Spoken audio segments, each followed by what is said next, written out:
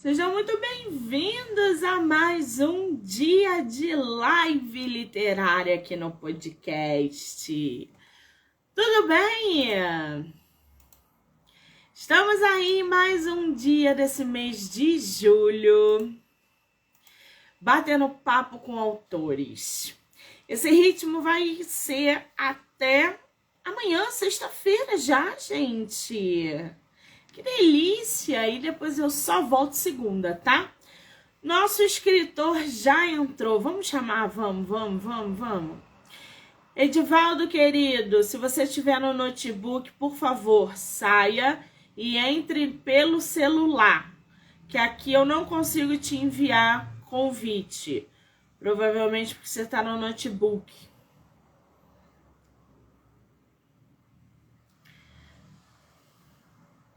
Ele tá aqui. Estou aqui, Monique.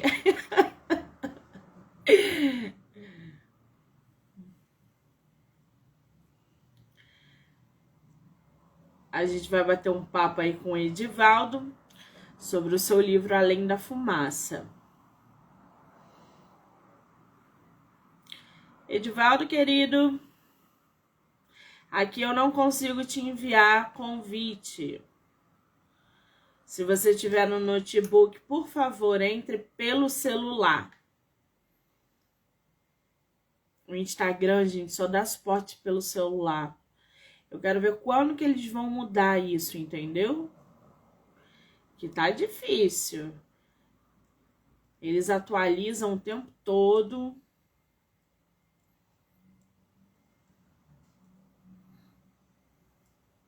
Agora ele tá mandando mensagem. Muito bem.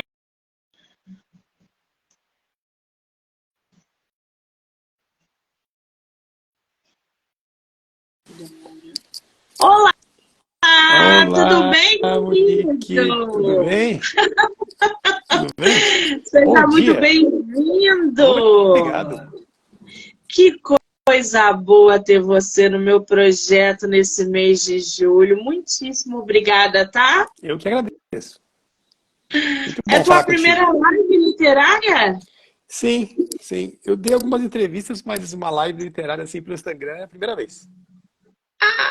Que Muito bom. maravilha! Poder ingressar o nosso autor aí na primeira live pelo Instagram. Que coisa boa! Você é de qual lugar do Brasil? São Paulo. Eu moro aqui em São Paulo, capital. Tá frio aí? Tá um friozinho aqui. E no Rio, como é que tá? Você tá no Rio de Nossa, Janeiro? Ou... eu sou do Rio. e- Aqui a frente fria chegou ontem, com Uhum. muito vendaval, com Uh, muita chuva de vento. Hoje a gente está com duas meias, casaco, edredom e tá frio. e tá Sabe que frio assim carioca, mesmo. 21 graus, a gente tá de cachecol com 21 graus, Já né? põe o sobretudo, né? E sai por aí, sobretudo e cachecol. É verdade. Eu não gosto desse frio de São Paulo, dos É frio. estados do sul, é muito gelado, né? Você conhece o Rio de Janeiro? Conheço. Adoro. Já fui algumas vezes Que pra aí. maravilha. Esse ano vamos ter aqui Bienal. Vamos ter, É acho que em agosto, verdade. setembro. Você Verdade, vai pretende ter a vir? Bienal. Eu gostaria muito. Vai ter até uma noite de autógrafos lá da editora, mas eu não vou estar fora. Então, uma pena. Eu gostaria muito. Era para eu ir para fazer a noite de autógrafos aí, mas na próxima eu vou, com certeza. Maravilha. Aliás, esse ano, né, a gente teve até agora muitos eventos literários e os eventos vão continuar. Teremos a Flip também, aqui no Exato. Rio de Janeiro, em Paraty, logo depois da Bienal. Quer dizer, oportunidade é o que não falta. Se você vier no Rio, mande mensagem para a gente se conhecer pessoalmente, tá, querido? Com certeza. E tem a Londrix também. Esse era um outro que era para eu fui convidado até para dar uma palestra lá na Londrix, que é o Festival de Literatura de Londrina, mas vai ser dia 14 de setembro. Então eu vou estar viajando até o dia 25 de setembro, mês de setembro inteiro. Uma pena. Gostaria muito de ir na Bienal do Rio e também esse de Londrina. É muito evento, É, gente, não dá para acompanhar tudo, é assim como você falou, mesmo. tem a Flip, tem vários eventos legais. Ainda É bem, né? Graças verdade. a Deus temos bons eventos de literatura. É verdade. Que bom, né? Agora, o Edivaldo, eu tô aqui com Além da Fumaça. Você tem ele físico aí? Ah, tem aqui. Olha que capa linda essa capa, belíssima Ai, capa, gente, feita pelo que time top. da editora Lavrador. Pegou muito o espírito do livro. Acho que a capa é uma parte muito importante do livro, né? O pessoal do design, da arte que faz a capa, da editora, né, que fez a capa, acertou em cheio, porque você tem aqui meio que Berlim, a cidade, o táxi passando aqui, o casal lá dentro, esse clima de mistério. Esse é o clima do livro. Aqui tá a capa. Ah, E a, então e a peraí. parte interna, ó. O Vou mostrar Além aqui a da parte. Fumaça foi publicado pela editora Labrador, que inclusive Olha está aqui só. na live, é isso? Tá acompanhando aí, ó. Eles acabaram de falar, vamos sentir falta de você Que na Bienal do Rio. Olha bacana. só, Eles estarão na o Bienal. design é Vou muito. passar no Tá stand lindo. dele. Isso, por favor, passa lá.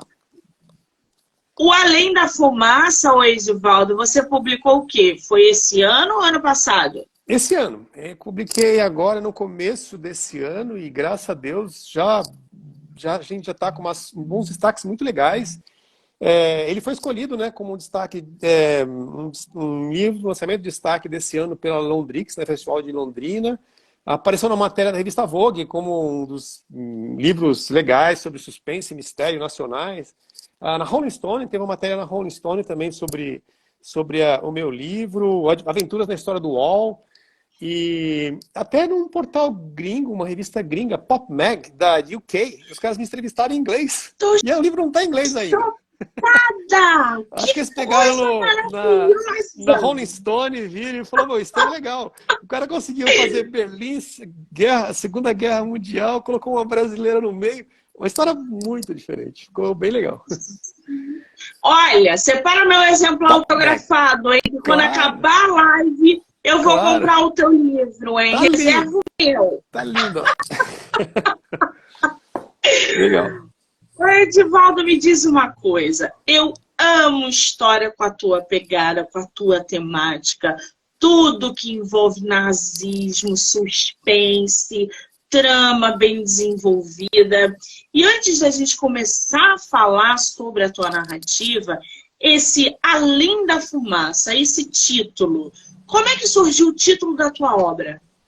Então, eu queria fazer um título que ficasse um pouco poético, né? Que desse um tom de mistério também, né?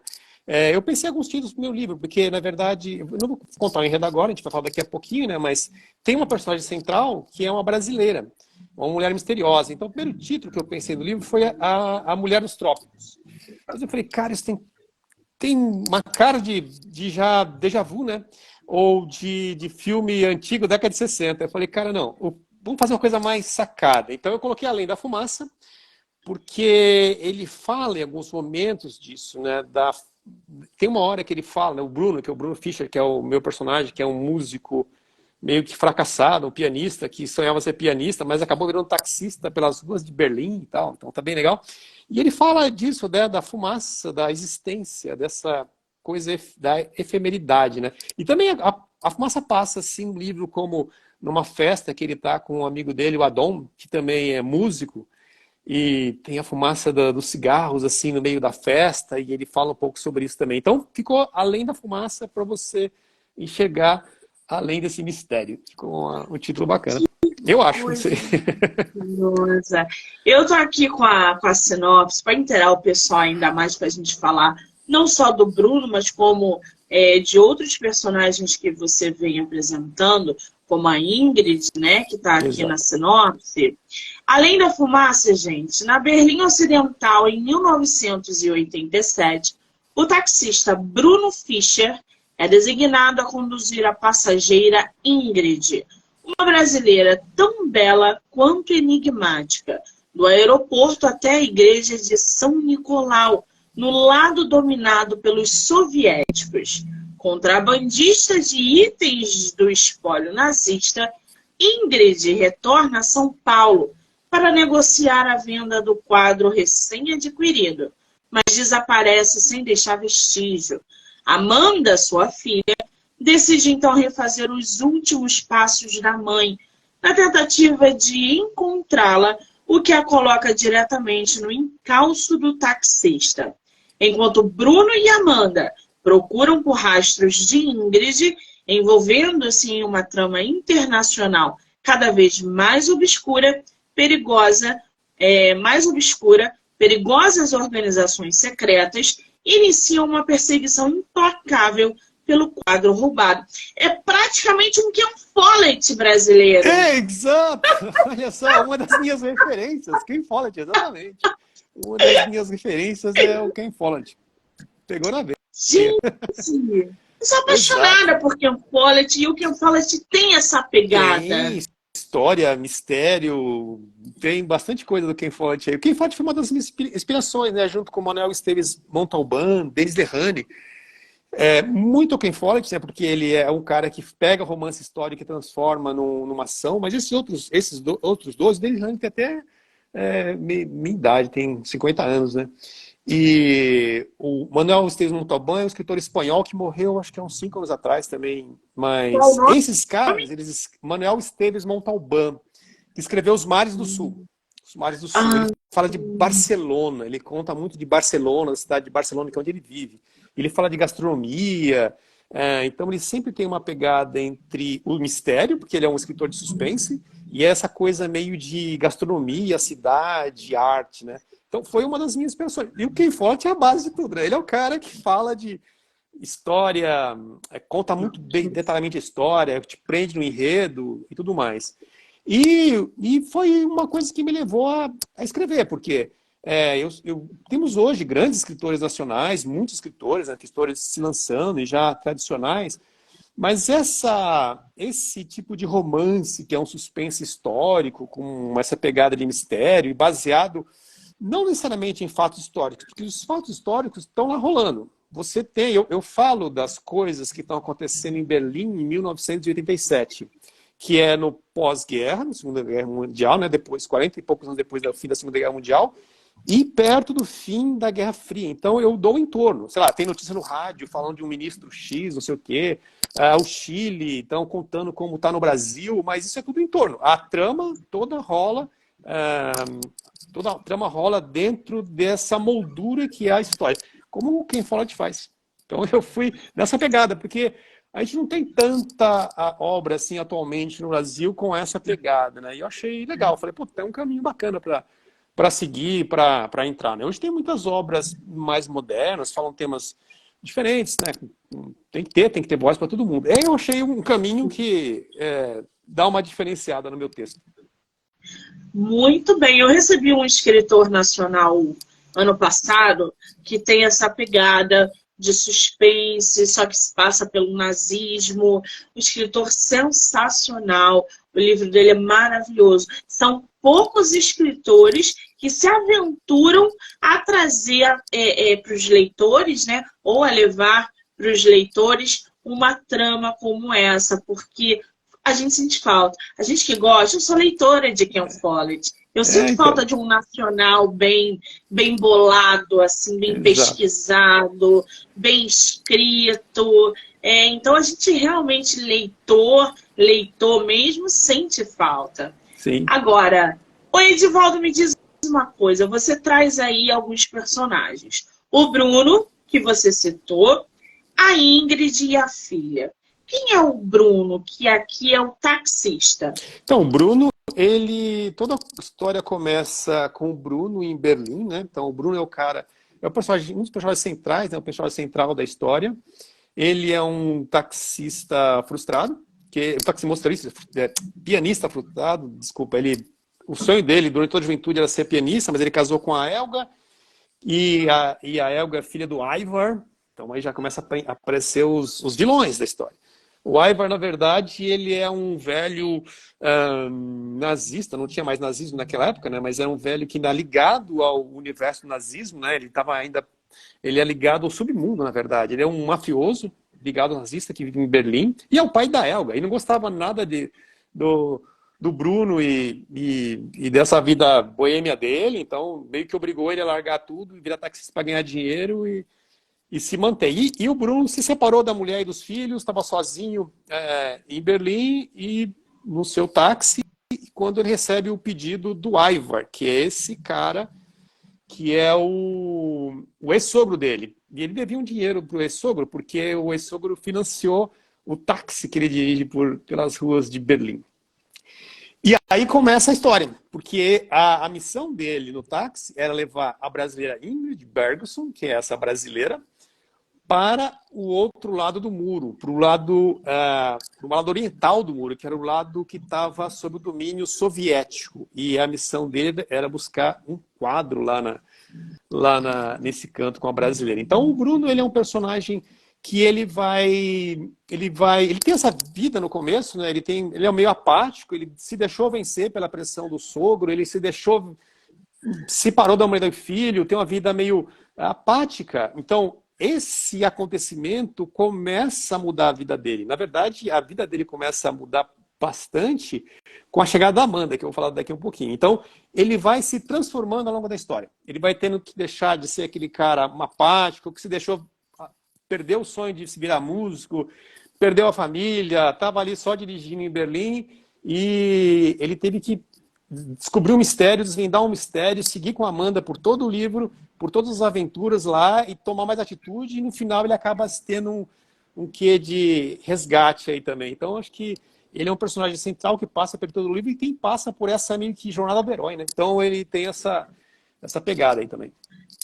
Que maravilha! Agora, a Ingrid, tem como falar da Ingrid sem dar spoiler? Ou você prefere falar da Amanda? Não, a Ingrid é fundamental também. Ela é uma mulher de seus 40 e poucos anos, bonita, ela é descendente de alemães, né? Por isso que é Bergson, e nasceu no sul do Brasil. E ela foi casada com Paulo, que é um paulista, família quatrocentona de São Paulo, da década de 80. Tem que lembrar que a gente estava na década de 80.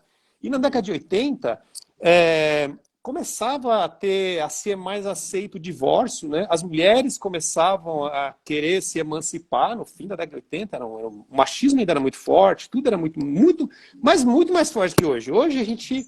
Graças a Deus, tem mais liberdade, as mulheres reclamam mais, ninguém deixa mais passar barato, mais nada. Naquela uma época que as mulheres tinham que lutar muito para sair desse universo machista, né? E Dancing Days fazia sucesso, e começavam temas como a Marta Suplicy tinha um programa na TV Mulher, que ela começava a falar de sexo na TV, então tudo estava começando no final dos anos 80. E a Ingrid, ela também queria ter a sua liberdade, né? Ela veio dessa família do sul, de descendentes alemães, fala alemão, né? Tanto é que ela vai parar na Alemanha. E ela tinha esse marido que tinha ela meio como um troféu, né? Mas só que não deixava ela ter sua independência, era muito machista, ela achava até que ele traía ela com as amigas, então você vai sacando isso durante o livro. E aí ela tinha, como ela vivia nesse mundo meio que uma riqueza decadente, né, do pessoal quatrocentão, ela tinha amigos no universo da arte. Então ela conhecia o Luiz Chagas, que era o curador no MASP, que conhecia o Ivar, porque o Ivar contrabandeava obras e objetos de valor, e ela acabou entrando nesse mundo do crime, do contrabando, meio que para ter a sua independência, para ter seu dinheiro, porque ela se separou do marido e o marido não queria dar um tostão para ela, como era antigamente, né? Era tudo muito assim. Então essa é a personagem Ingrid. E você vai saber disso lá na frente, né? No começo não tem nada disso. Você vê a Ingrid chegando no aeroporto, né? Porque o Bruno Fischer vai buscar ela no aeroporto de Berlim, né? E é uma mulher bonita, chegando, misteriosa, decidida, que vai atravessar para o outro lado da cortina de ferro. Quer dizer, tá tudo conectado. Vocês estão vendo que o escritor, ele vai dando um gancho aqui, um gancho ali, e como um bom escritor, ele traz a reviravolta no final. Com certeza, nós que lemos Ken Follett e adoramos essas reviravoltas, Exato. Eu tenho certeza que o Edivaldo não vai nos decepcionar. Agora, ô Edivaldo, como que você é formado em história, alguma coisa ou não? Não, eu sou formado em publicidade, tenho uma pós em publicidade na USP e fiz um mestrado em artes e multimeios na Unicamp. Então, todo o meu caminho foi nesse mundo da comunicação, né? Publicidade, artes, multimeio. Eu sempre gostei muito de história. História era uma das carreiras que eu gostaria de seguir, né? Mas muito mais que isso, como você pode ver, eu sempre gostei muito de suspense, de livro de Sim. suspense, de mistério, policial. David Goods, A Tiro no Pianista, A Bruxa de Amsterdã, do Jan William van der Wetering, que é um escritor holandês que pouquíssima gente Holandesa.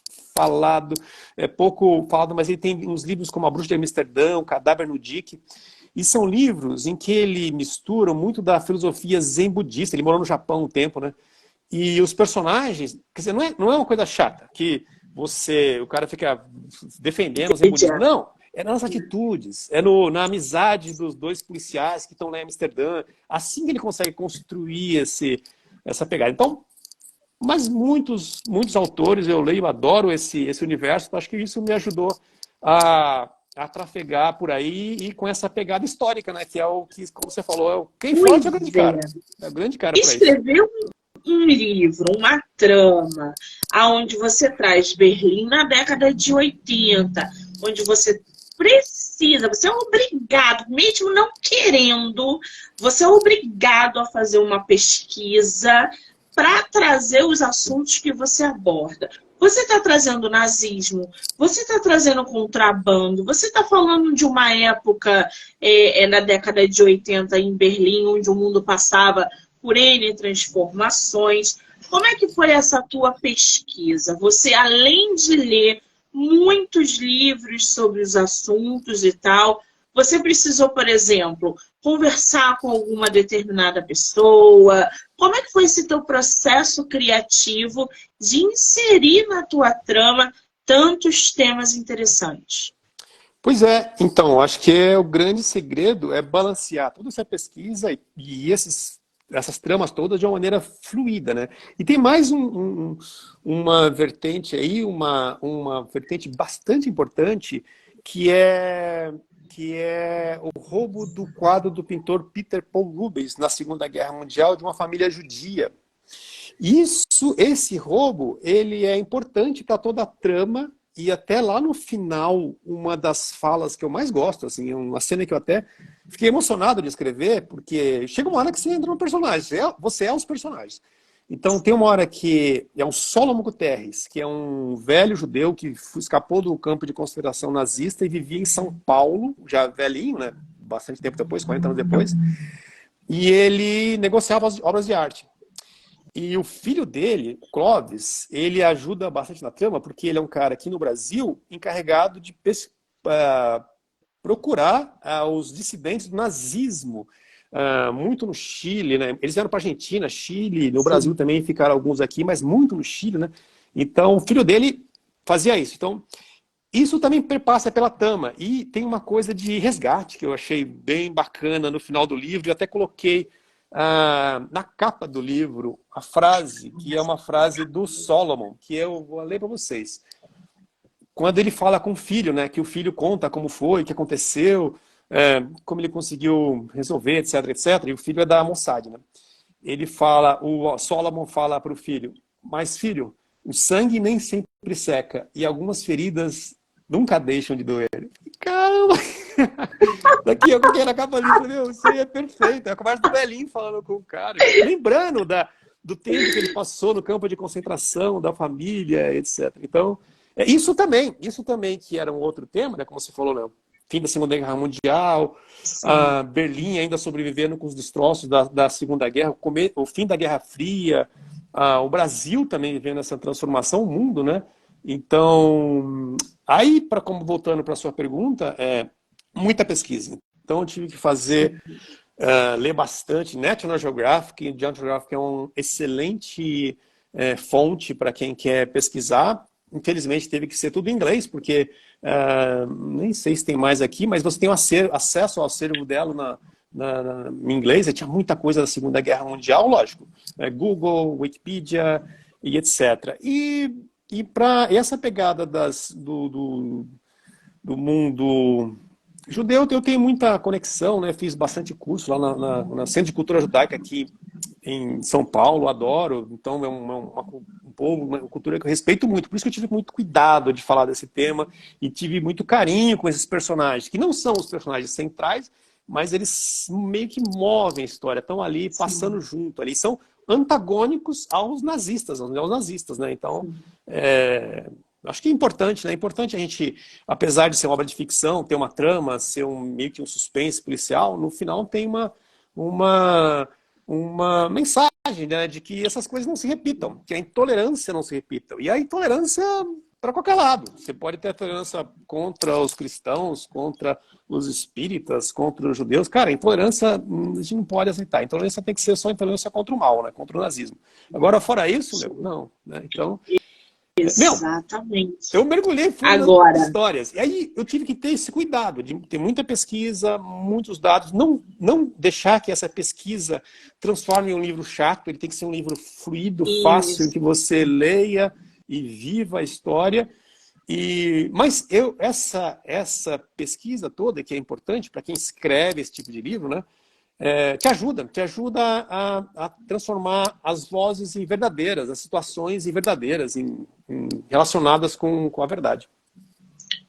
Exatamente. Agora, abordar de maneira sensível, sem ofender, sem ser bruto, porque você está mexendo com um monte de coisa ali ao mesmo tempo. E, ao mesmo tempo, você não sabe quem vai ler o teu livro. Exato. Isso é a responsabilidade. A responsabilidade do autor entra aí.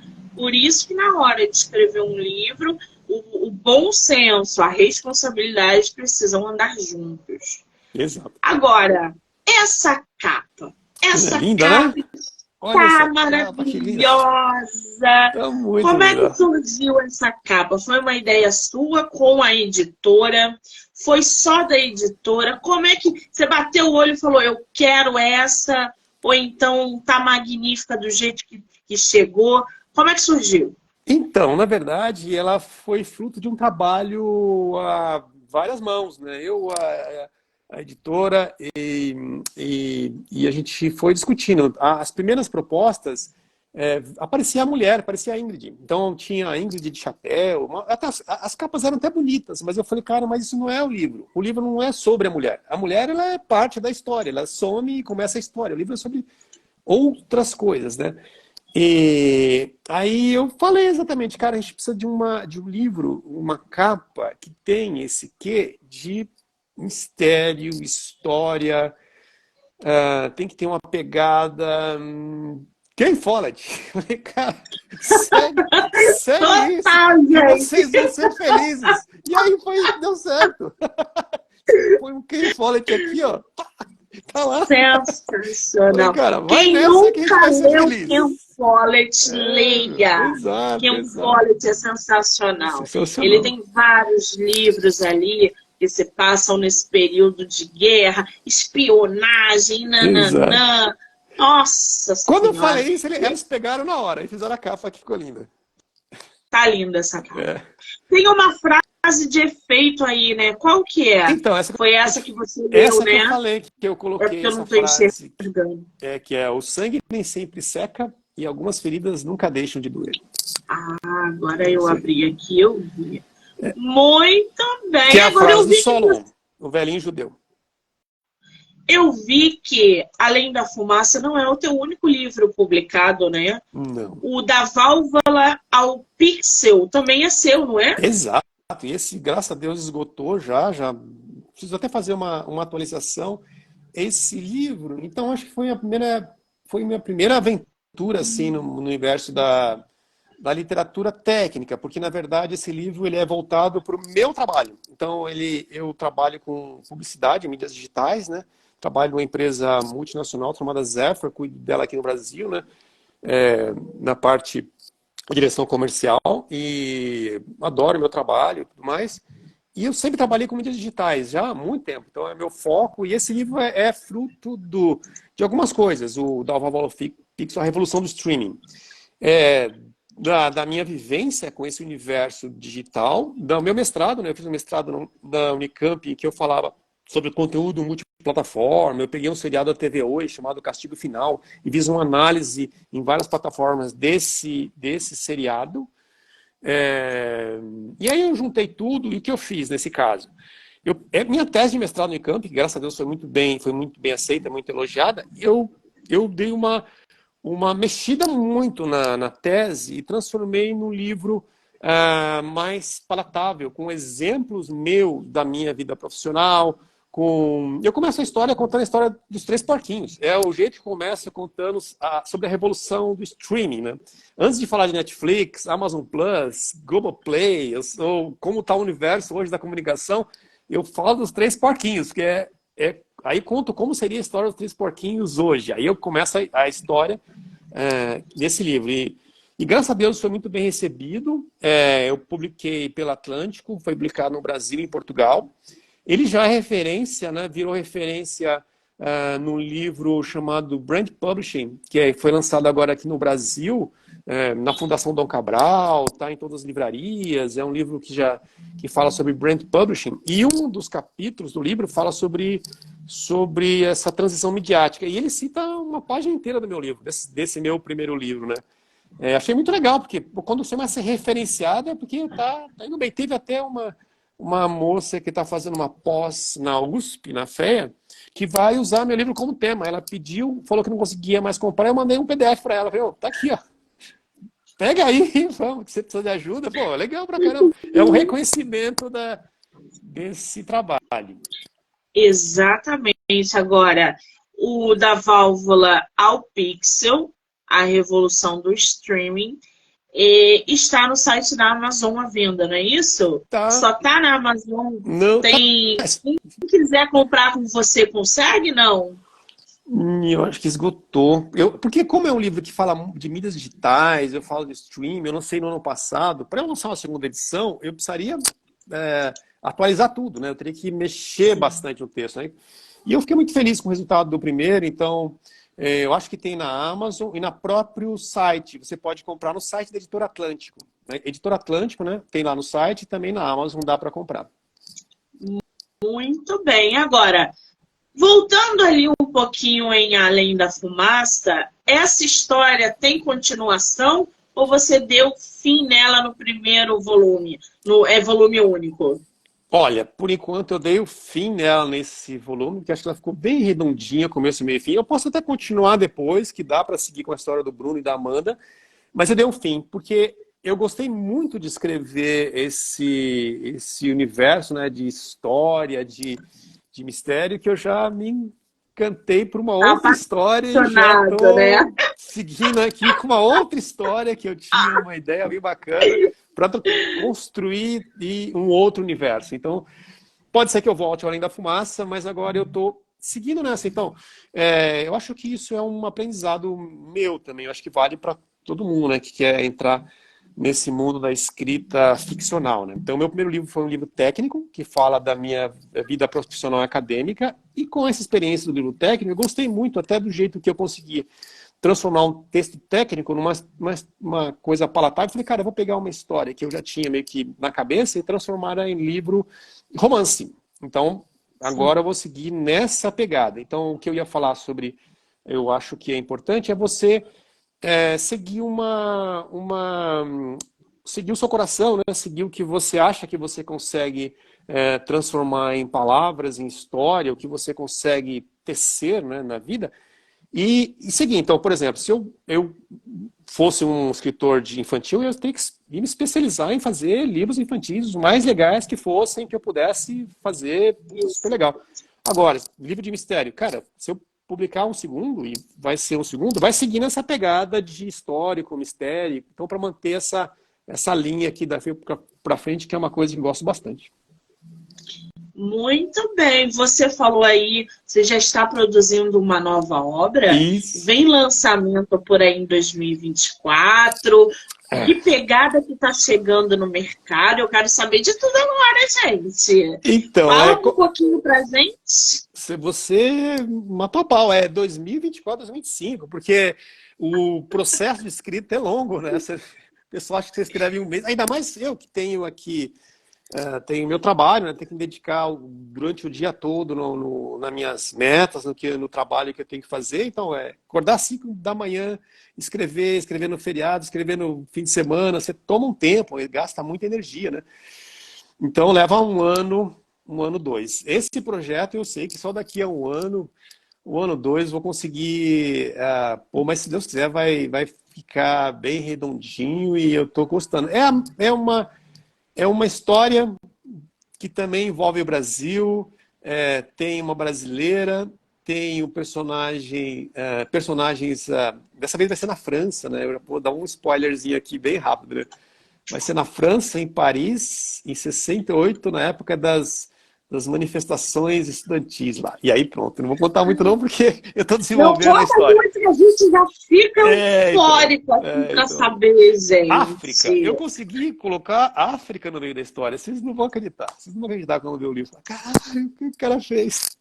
Eu consegui, como eu fiz, colocar toda essa história dos judeus, o Brasil, não sei o quê, e os nazistas como antagonista no primeiro livro, eu consegui pesquisando. E aí, de novo, a pesquisa, ela pode te dar caminhos literários. Quando você faz uma Sim, boa pesquisa, ela pode dar norte para a sua história, para que ela fique em pé, né?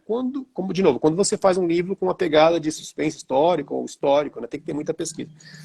Acho que mesmo quando você faz um livro de fantasia, é bom você pesquisar também. Os autores que sim. escreveram fantasia, como eles escreveram, o que fizeram, que mundos eles criaram. Mesma coisa para livro infantil.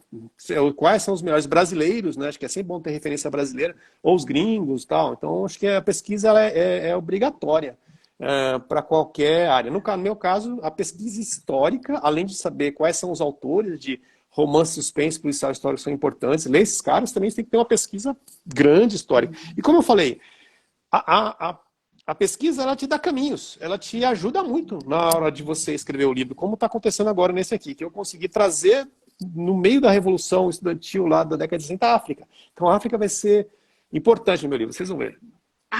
Ai, meu Deus do céu. Agora, me diz uma coisa. Construir uma trama, né, que não esteja solta, onde você precisa constantemente envolver o seu leitor no que está sendo passado, não é uma coisa fácil, principalmente quando a gente está falando de períodos históricos e mexendo com coisas que aconteceram que mudaram o mundo e a vida de milhões de pessoas.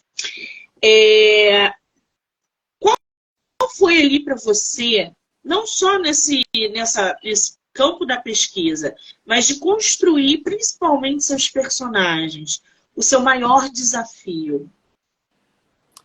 Eu acho que o maior desafio do autor, de quem escreve, para mim, né?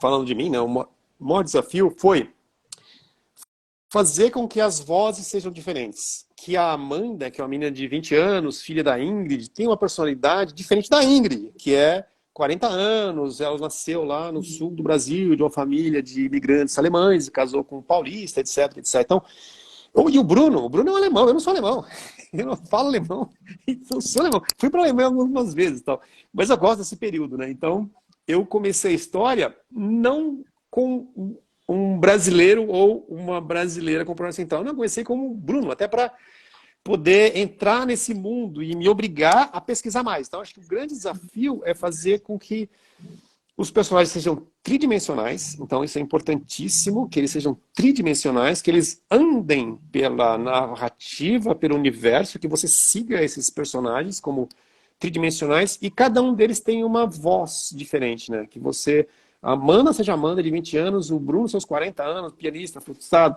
virou taxista, separou e agora se enfiou nessa enrascada com Aiva que ele odeia. Mas isso é o Bruno. A Amanda tem outra realidade. Então a Amanda tem outro histórico, outro perfil. Ela já é jovem, tem 20 anos, e ela que mexe a história, ela que move a história, ela que faz o Bruno agir, ser. Então ela é um personagem forte. Então eu coloquei também nas mulheres, as mulheres são um personagem forte, né? Dentro da minha história. Coisa, né, gente? Agora, qual o teu livro favorito do Ken Follett? Olha, tem o Homem de São Petersburgo, que eu gostei bastante. Mas eu acho isso é bem legal, porque ele fala muito dessa coisa da Rússia, né? E a Rússia, para mim, eu acho fantástica, apesar do que o Putin está fazendo agora. Eu não vou entrar em política nem nada, não. Apesar disso tudo que está acontecendo agora lá entre Rússia e Ucrânia, etc., eu tenho uma admiração pelo povo, tanto da Ucrânia quanto do russo, dos lados, né? Tenho grandes autores, né? Dostoiévski, Leon Tolstói, Dostoiévski. Mayakovsky, né, que é o grande poeta. Então, são caras que eu li, né? Então eu tenho uma certa simpatia por esse universo aí da literatura russa. Você já leu Nunca, do Ken Follett, lançado Não, agora, recentemente? não, Leia. nunca não. É que o Homem de São Petersburgo, ele fala desse tempo aí, né, da Revolução Russa, 1917 e tal. Eu vou ver isso daí. Qual que é o nome? Nunca, ele lançou agora. Nunca. Vou ver. Lançou, Poxa, eu acho que ou começo do ano ou boa, já até final anotei do aqui. ano. Legal. Nunca. Leia, porque Vou atrás. é definitivamente nunca. Esperamos que nunca isso aconteça que está no livro. Vale muito a Legal. pena. Boa, boa. Agora, Edivaldo, qual é o livro que você gostaria de ter escrito? Tem algum ou não? Putz, tem vários, mas acho que o livro que eu gostaria de ter escrito mesmo é Grande Sertão Veredas, do Guimarães Rosa. Putz, tudo bem, é muita pretensão, né? Mas Ah, Grande ele Sertão foi de extremo ao Veredas, outro. Grande Sertão Veredas, para mim, é uma obra simplesmente mágica, mágica. Primeiro que tem uma relação também com os meus antepassados, né? Eu nasci no norte de Minas, em Pirapora, eu vim para São Paulo com 1 ano de idade com meus pais, né? E muito do que o Guimarães Rosa fala, os jeitos de falar, os jeitos do sertanejo de conversar, meu avô falava comigo, meus avós, né? Meu avô, e muita história que ele contava de levar o gado e no meio entre Goiás e o norte de Minas, no meio daquele cerrado, à noite, só os vaqueiros, aquele mundo de 1950, né? Não tinha nada, né? Então, e tinha o redemoinho que passava, quer dizer, aquela coisa do mistério. Não, vou contar umas histórias muito parecidas, né?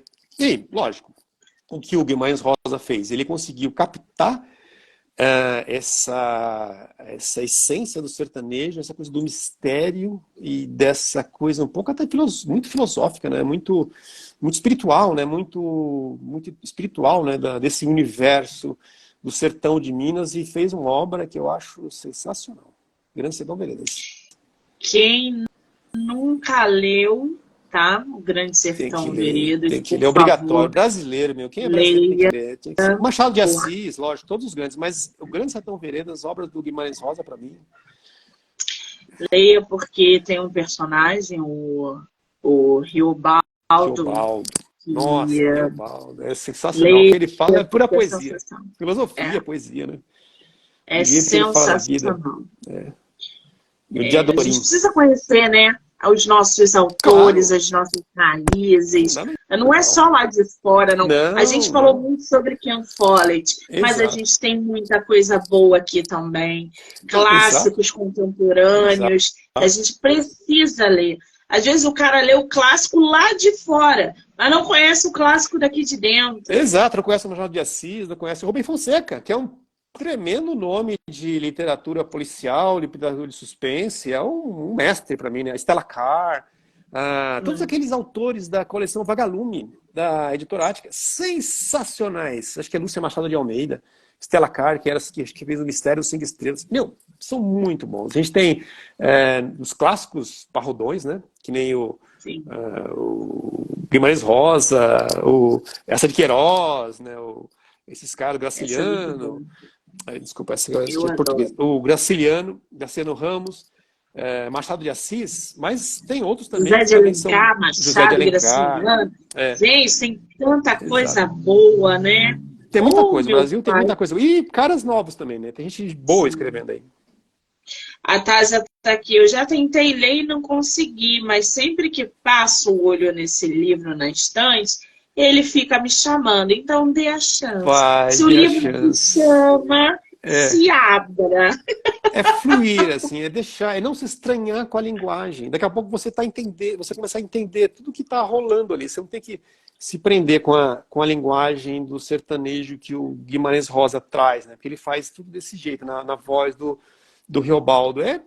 Quando você começa a entrar, você entrou no universo mágico, no universo impressionante. Sensacional. Agora, Edivaldo, o que que os leitores de maneira geral, o que que eu, como sua leitora agora, posso esperar de Além da Fumaça? Acho que pode esperar um livro de suspense histórico, né? Que tem todo esse fundo histórico que eu falei, mas numa trama bem envolvente. Eu acho que é uma leitura muito fácil, no bom sentido, muito rápida. Você consegue. O que eu tenho ouvido muito das avaliações, né? Agora já está com umas boas avaliações lá na Amazon e tal. E o que as pessoas falam é muito isso, que é uma leitura muito fluida, que você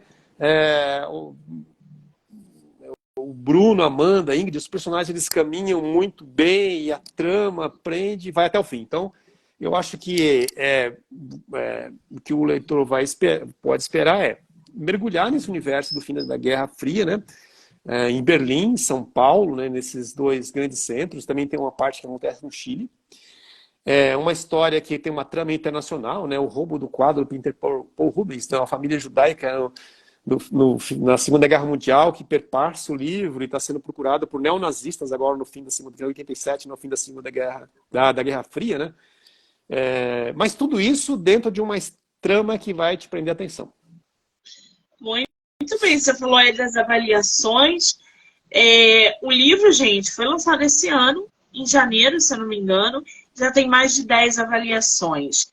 Se você ainda não leu Além da Fumaça, leia. Você não vai se arrepender. Aí tem outra aqui. Uma boa história, recomendo. Tem outra aqui também. Recebi a recomendação desse livro de um colega. Há tempos um texto não me cativava tanto. O autor nos leva de forma engenhosa e criativa a um cenário bem recente da história do mundo. Uma trama recheada de fatos históricos e políticos. Olha que bacana, né, Legal, gente? né? Quero parabenizar o autor por ter terminado sua primeira história. Simplesmente sensacional. Já conseguiu o seu lugar ao sol.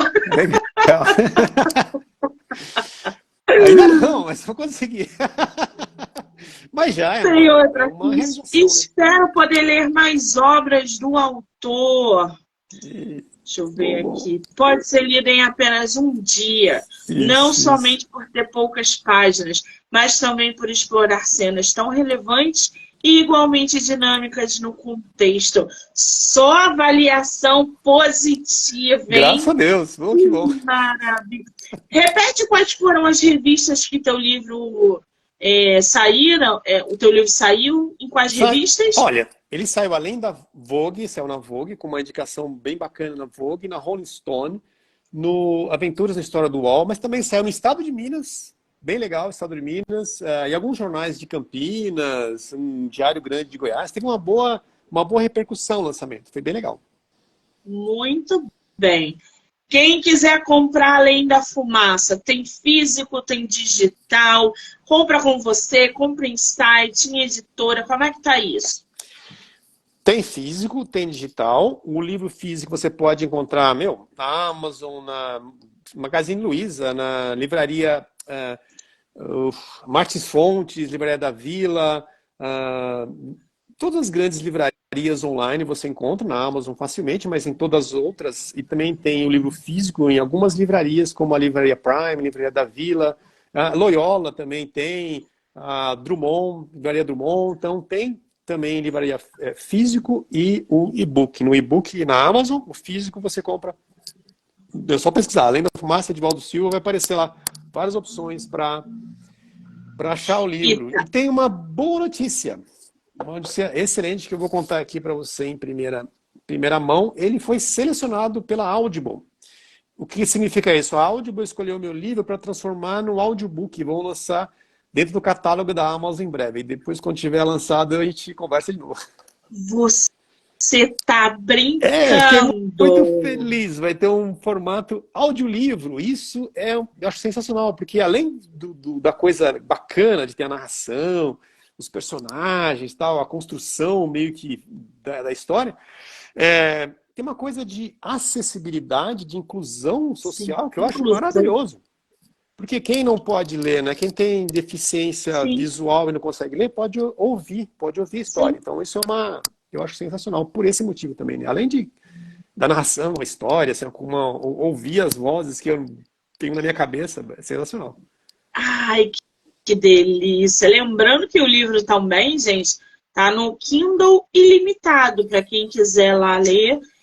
Alexa, Além da Fumaça no Kindle Ilimitado. Alexa já vai botar seu livro na minha lista. Ai, que Boa, delícia, gente. boa. Deixa eu separar já.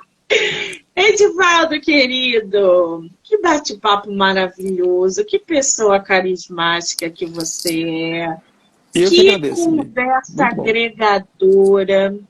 Eu simplesmente adorei ter você no meu projeto, conhecer o teu trabalho, conhecer o teu processo criativo, saber que você produz histórias que eu amo de paixão, que temos em comum uma referência literária que é o Ken Follett. Isso já nos une, entre aspas, de modo positivo. Eu estarei acompanhando o seu trabalho de perto. Vou te mandar mensagem porque eu quero o seu livro e eu só te desejo sucesso. O podcast está aberto para você voltar quando você quiser e muitíssimo obrigada, tá? Eu que agradeço. Um beijo a você e a todos os seus ouvintes e quem está assistindo também. É um prazer, uma honra estar aqui. Muito bom, muito bom. Adorei, obrigado. Bem, eu vou marcar o autor aqui na live, vou botar ele como colaborador, porque aí vocês vão poder assistir tanto no Instagram dele quanto no meu. Lembrando que a live pode ser assistida no canal do YouTube, Spotify, Anchor e Amazon Music. Do livro Não Me Livro. Edivaldo, beijo, querido. Beijo. Obrigada. Obrigada a todo Muito mundo. obrigado. Beijo. Valeu.